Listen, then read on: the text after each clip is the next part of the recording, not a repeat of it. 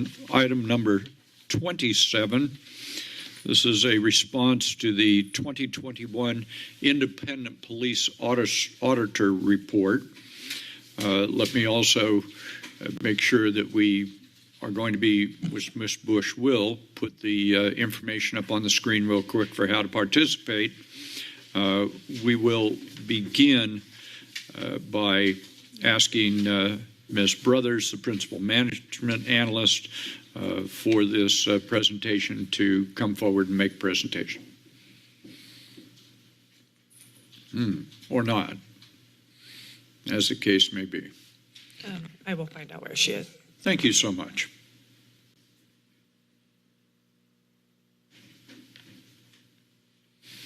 What we're going to do is stand in recess for 5 minutes.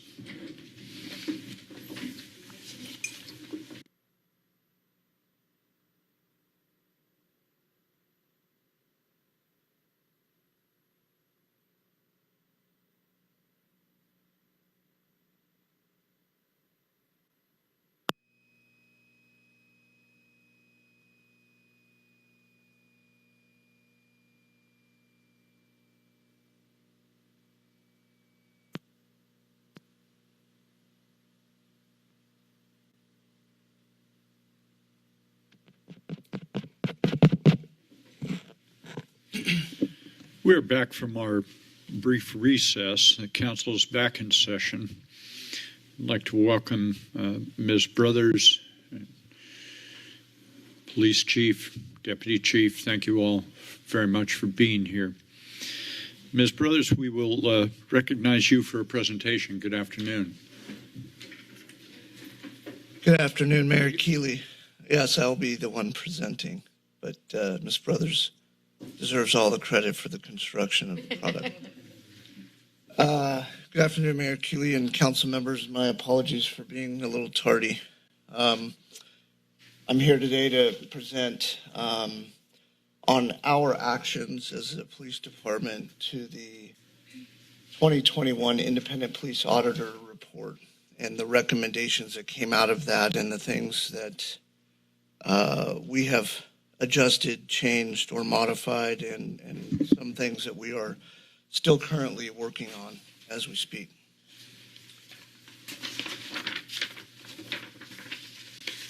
So briefly, OIR is the company that we are contracted with. They reviewed 13 public complaints, investigations. That's not the entire year of complaints. It's the ones that they selected to review.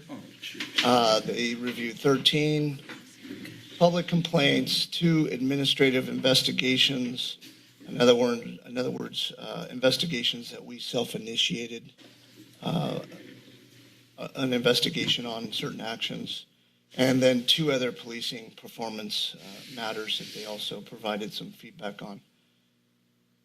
In total, as you saw in the report that was provided to you, there were a total of 26 recommendations, and out of, I believe, the 17 incidents that they looked at, we had several there that did not provide or did not require any sort of recommendations or feedback from OIR. So I'm going to provide really just a high level. I'm not going to go through each and every recommendation. As you saw, some of the recommendations were redundant, but I'll give it more of a high level of some of the actions that we've taken since we've worked through this report with the independent auditor. First and foremost, we addressed and updated our policy on transporting persons that are in custody.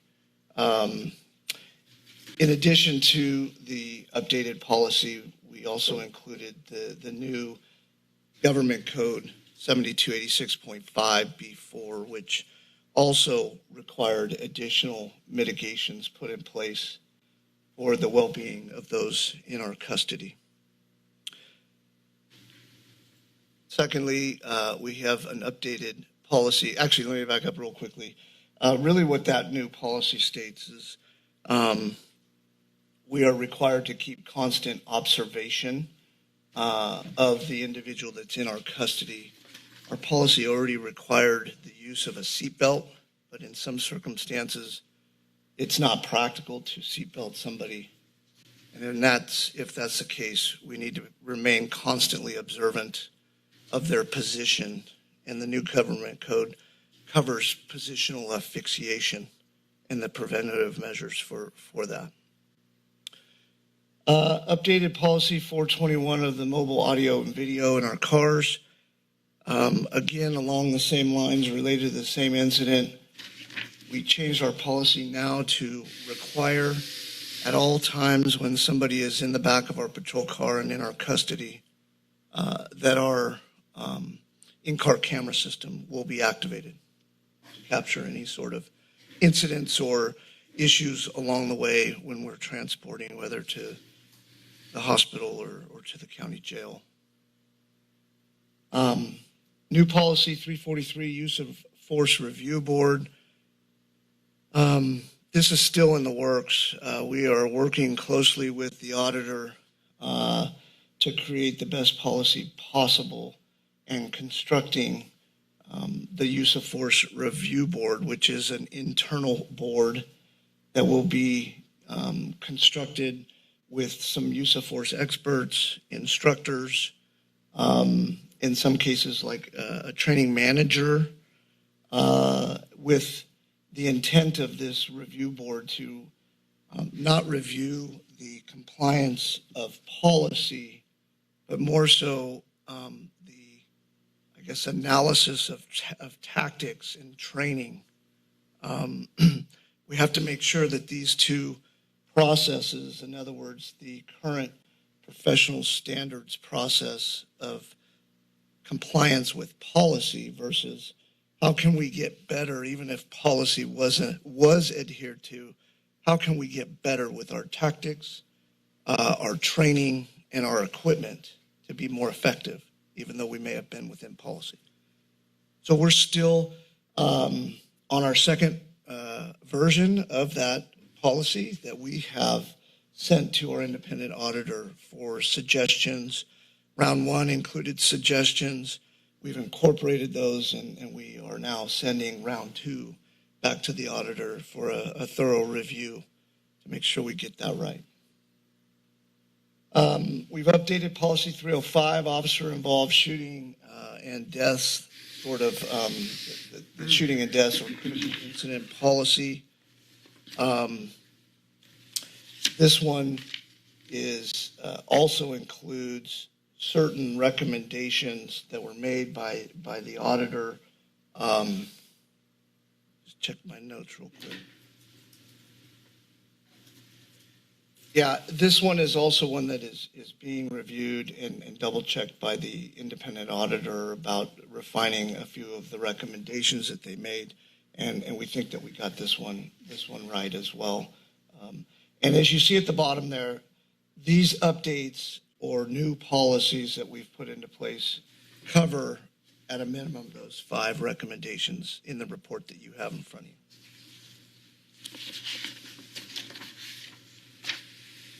One of the more highlighted events in the report was an incident and that resulted in the recommendation around bias by proxy sort of policy and or issues that they felt we should address. Just so you know,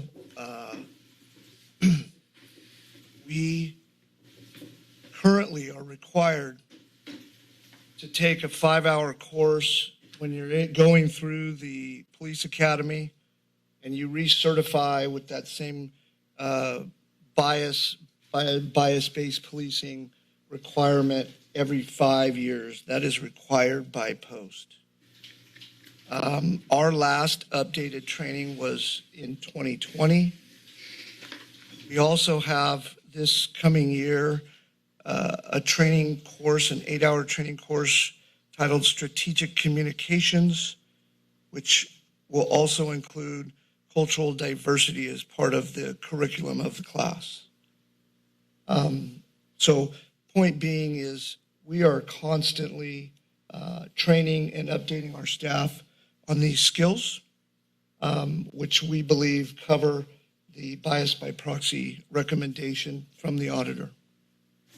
In addition to all of the training that we currently do and have done and will continue to do, if you recall, some of you that were on council, there was an ordinance passed in November of 2021, 9.86, which covered discriminatory reports to law enforcement.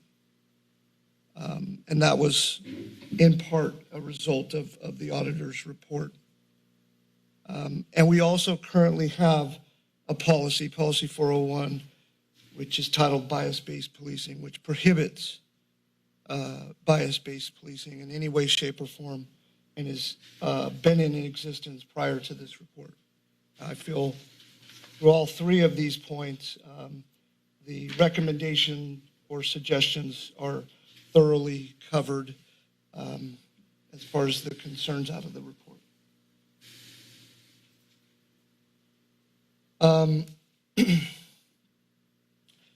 So one of the recommendations had to do with our policy, the way it existed, 1009 personnel complaints.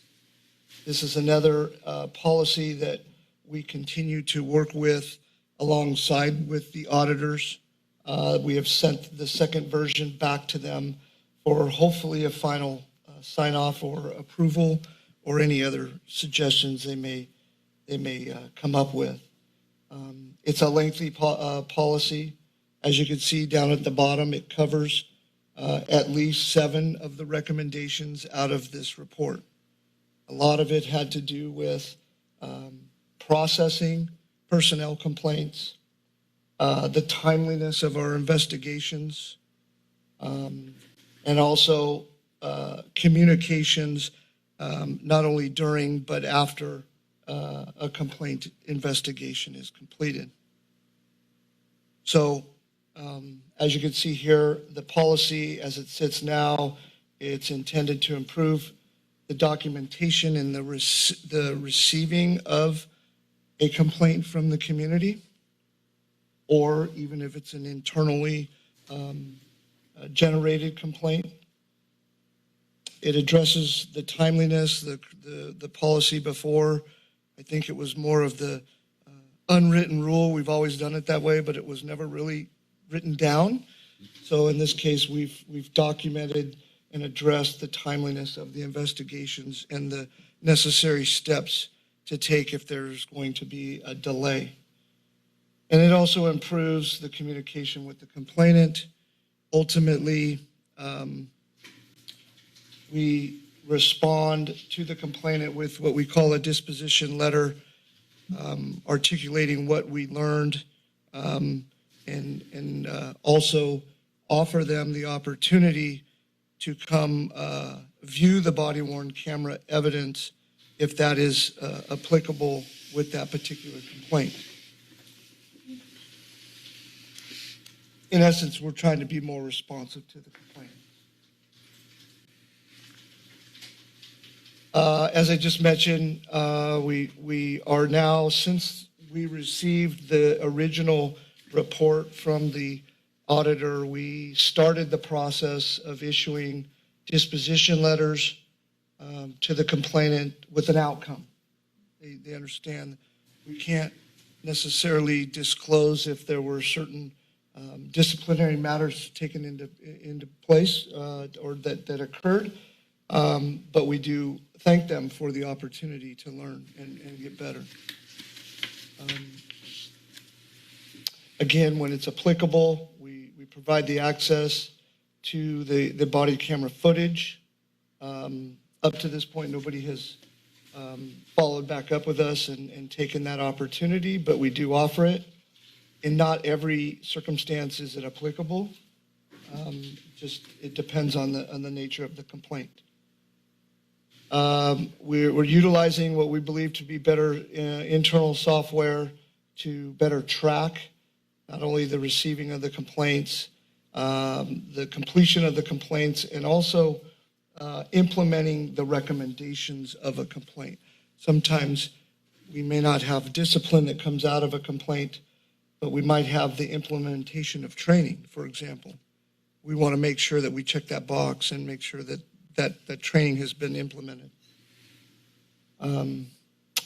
And also, we currently meet, myself, Deputy Chief John Bush, and Sergeant Eric Hoppy. We meet twice a month. We go over everything that's on Sergeant Hoppy's list and ensure that we're better tracking the timeliness of our investigations. And again, at the bottom, you'll see there's at least 6 recommendations that are covered in this new policy. That's all I have for you today, this afternoon. Chief, thank you very much. Let me see if there are questions or comments by members of the council. Any questions around here? Questions around here? I'll take the opportunity to ask a couple if I might, Chief. Take a look at recommendation number 3, which is on page 27.2 of the agenda packet.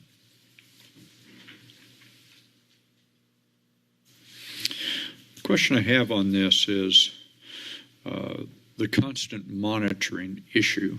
Does that mean then if you are transporting someone that you've got 2 officers in the vehicle then? One who's driving, one who's paying attention 100% of the time to the person in the vehicle, or is the person driving also trying to pay attention to the person in the vehicle? If necessary, it would require to put a second officer in the vehicle. If the subject in the back is sitting up, if you will, even if they're not seatbelted in, then the driver of the vehicle can monitor, and the camera's also activated. If we lose sight of the individual and they've now slumped down into more of a positional asphyxiation kind of concern, then the instruction is to pull over, and we may need to get another officer involved in that, or at least try to sit them up. Thank you, sir. Please take a look at item 5 on the same page in the agenda packet. This is the officer-involved shooting death policy to define the use of force in the review boards. You addressed that in your opening comments. It says here that would define the use of force review boards, composition, duties, timelines, meetings, and scope.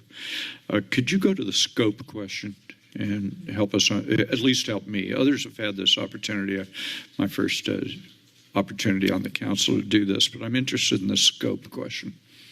Yeah, that's a great question, because we actually had a follow-up meeting with the auditor to clarify the scope as well, because I had not concerns about a review board, but I had concerns about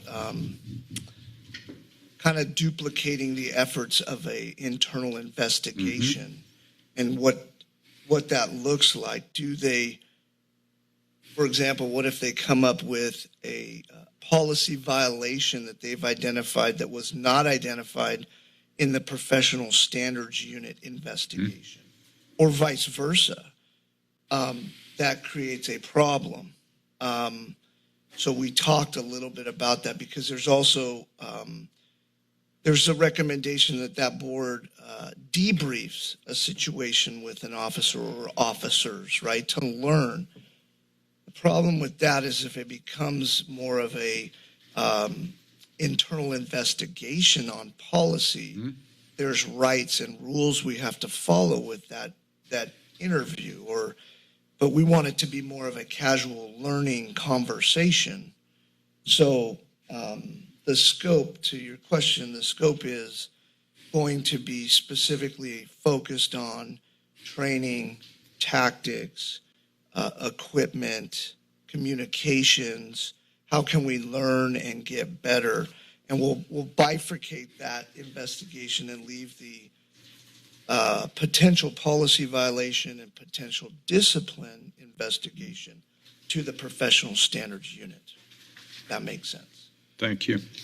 If you would take a look at item recommendation number 15 on page 27.4 in our agenda packet. This is a policy which reevaluate this complaint by focusing on principles of bias by proxy when responding to calls for service. You addressed that twice in your opening comments. Here's my question. How often does POST, the Peace Officer Standards and Training, update their training on this point? You can keep getting trained by them. Do they keep updating their training on this dimension? That's a great question as well, and I don't have the answer to that. I would have get back to us on that, would you? Get back to Thank you. How often they update their Thank you, Chief. Thank you, Chief. Let me ask if I'm going to ask again if there are members with questions. Anyone with us today who would like to comment on this, ask questions? I see no one here. Ms. Bush, do we have anyone online, or shall we give them an opportunity here? We do have one person so far. Good. You tell me when they're ready.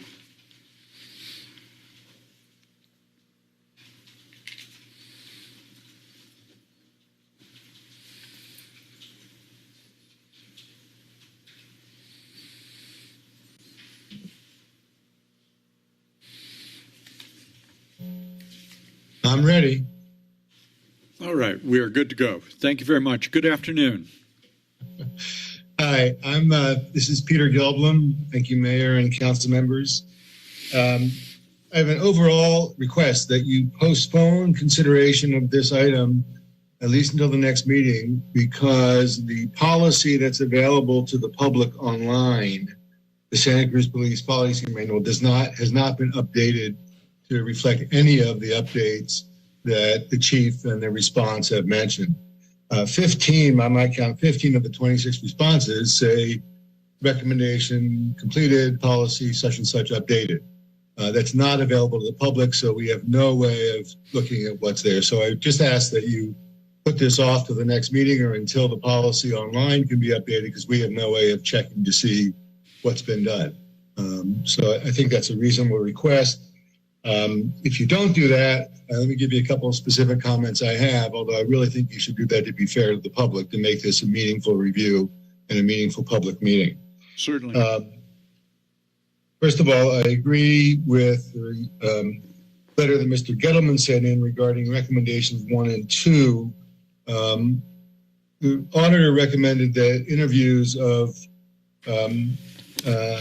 officers involved in critical incidents be completed before the end of shift, rather than whenever they get around to it and feel like it. And whenever the officer gets rights that no member of the public would get, if the officer doesn't feel like he's emotionally capable or psychologically capable, you can request that it be put off.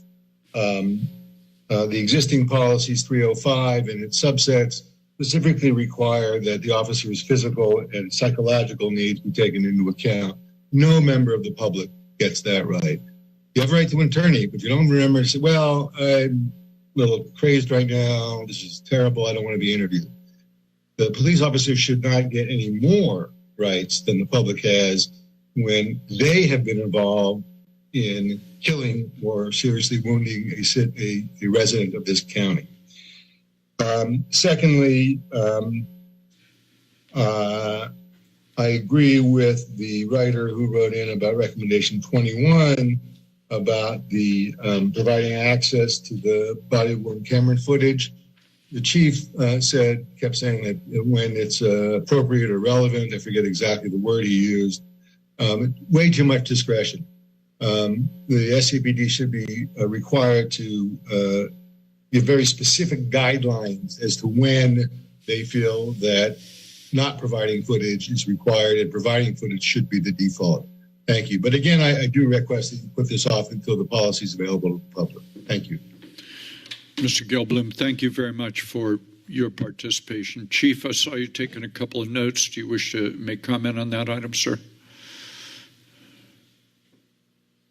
Well, I'll address the issue about timeliness of interviewing an officer involved in a critical incident.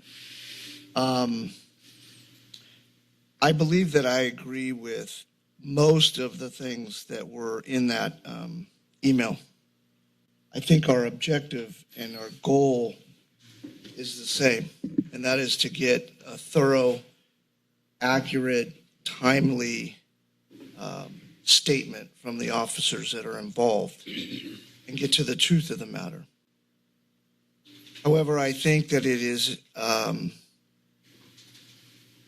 inappropriate to ask a human being to provide such a critical statement in some circumstances where they may have been up for almost 24 hours.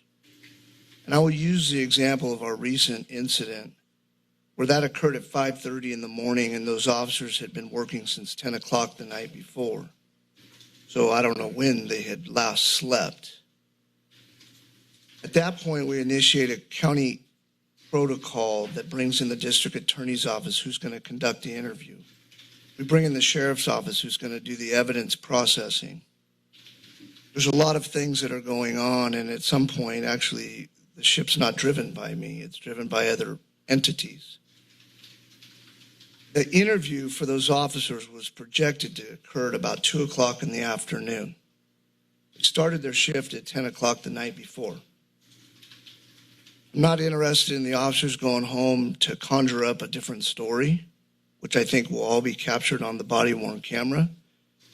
I'm interested in a fair process for them. I'm interested in a thorough investigation, an accurate investigation that I do not believe we will achieve with somebody that's been up for 18 plus hours. On top of all of that, they have a right to an attorney, and their attorneys are usually coming from the Bay Area, which we don't control how long that will take.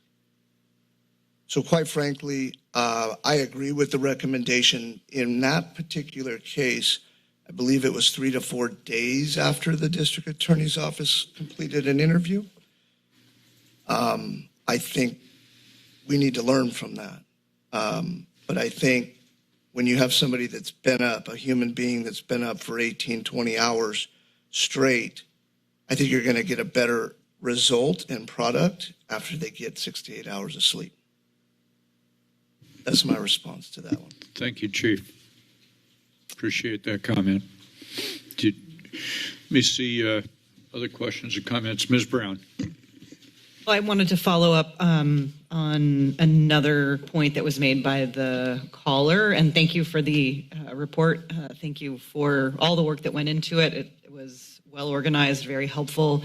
And I just wanted to check on the question about the policy manual updates, because I did go back and reference the SCPD handbook as I was reading this item, but I can't tell where updates have occurred. So is it the case that the old policy is still the public version? So, okay, so there are members of the public who are interested in weighing in on this and have not been able to see that policy as of those changes as of yet. Can we estimate when they may be available to the public? I think since we're on our second round of edits, I think that we are getting really close. The other caveat to this I forgot to explain was every year Lexipol, who manages our policies, they provide legal updates at the beginning of every calendar year. And so every year, January, early February, our policies are in flux because we're reviewing policy. Some of it is mandated law that we incorporate into our new policies. Some of it is suggestions that we have to review and approve or not. So that was the other reason, instead of doing it twice, we're doing it all at once. I think probably within the next 30 days, we should have this wrapped up, would be my estimate. Great. And then I think the second question or point, maybe it was the first one, I took them maybe out of order. As I mentioned, we offer the opportunity for complainants to come and view the body-worn camera themselves. There are certain circumstances where it would be inappropriate for us to do that. As an example, if there's juveniles in the body-worn camera footage, that's inappropriate for us to show. We could redact the video. That's going to take significant staff time. There's certain circumstances where a third party makes a complaint that was not related or associated with the incident. I feel it would be inappropriate for me to show some body-worn camera footage when a third party is viewing it. Maybe that individual is in a particular place, whether it's lack of clothing, in the middle of a very personal event that's in their home.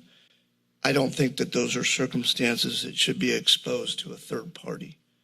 So I think to say blanket statement that everybody should be able to see all body-worn camera is irresponsible, to be honest.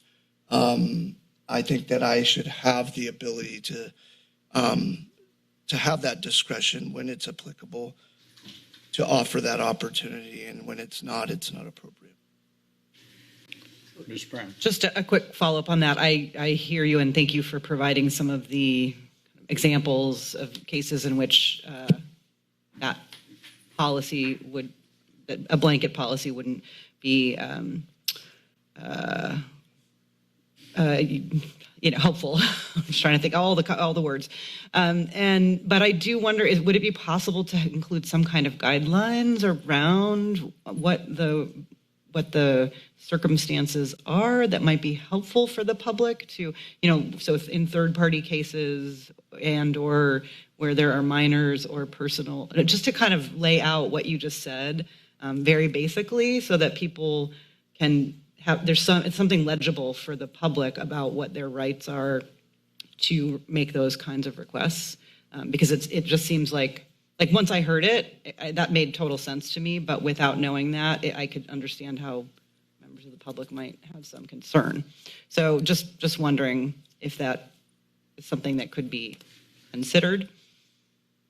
I mean, we could try. I think it's hard to capture all the what ifs. It really Sure. is. So I mean more that's generally. what concerns me, and so that's why I feel I have the ability to make the decision. And our objective is to be fully transparent, and we do currently offer that opportunity to people in the disposition letters, and I feel like we've been responsive to the recommendations of the auditor to do that. It's just really hard to capture all the potential scenarios and lock us in policy. Thank you. Ms. Brunner. Thank you, Chief Escalante. This is interesting. I had also several questions. I appreciate you answering them in advance when reading through this. And it's interesting to hear that some of those questions are again being asked on the recommendations number 2, and number 21. So I think after talking with you and hearing a lot of the scenarios that do occur in situations with body cameras and footage and accessibility to that footage, it's hard to make it a black and white list. I want to see a list. When we were talking, I was asking, what are all the reasons why not? And I think in the interest of transparency, as you're going through a second draft, to just consider if there are any language tweaks that would help the public feel ensured that it is accessible. I'm wondering if these updates, which were in our agenda packet, which is accessible to the public, if they can also be on these recommendations and the responses temporarily, if they can be on the SCPD website, so that anybody who did not see the agenda packet would also have access to this.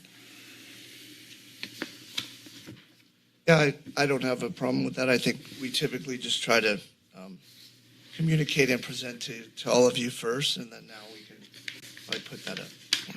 Thank you for all of the responses and for all of the work. And there's a lot in here, so I really appreciate all of. I want to say that I have no doubt at how thoughtful you are at taking each of these recommendations seriously. So thank you. Further questions or comments? Anyone else online, Ms. Bush? No, there's not. Good. All right. There would be a motion to accept the report. Is the appropriate motion? Is there such a motion? Motion by Ms. Kalantari-Johnson, second by Mr. Newsom. Under debate and discussion, Chief, let me add my thanks and appreciation to you and the women and men of the Santa Cruz Police Department.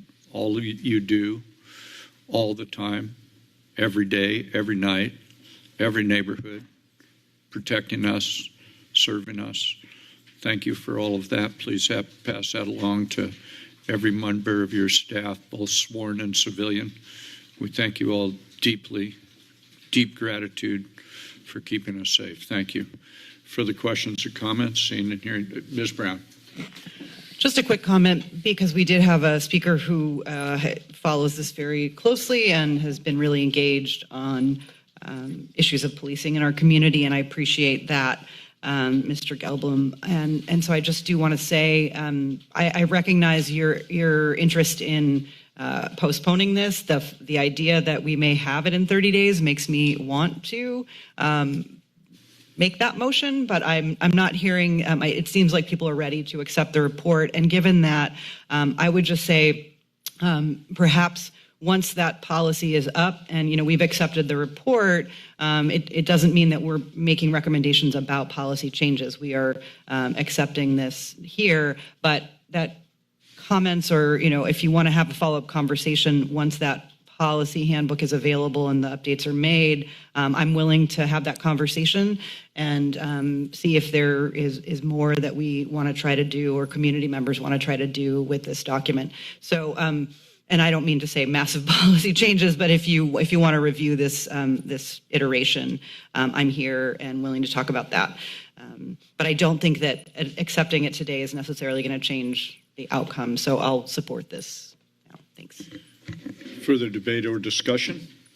Seeing and hearing none, the clerk will call the roll. Councilmember Newsom? Aye. Brown? Aye. Watkins? Aye. Brunner? Aye. Kalantari-Johnson? Aye. Vice Mayor Golder? Aye. And Mayor Cooley. Aye. Motion carries and so ordered.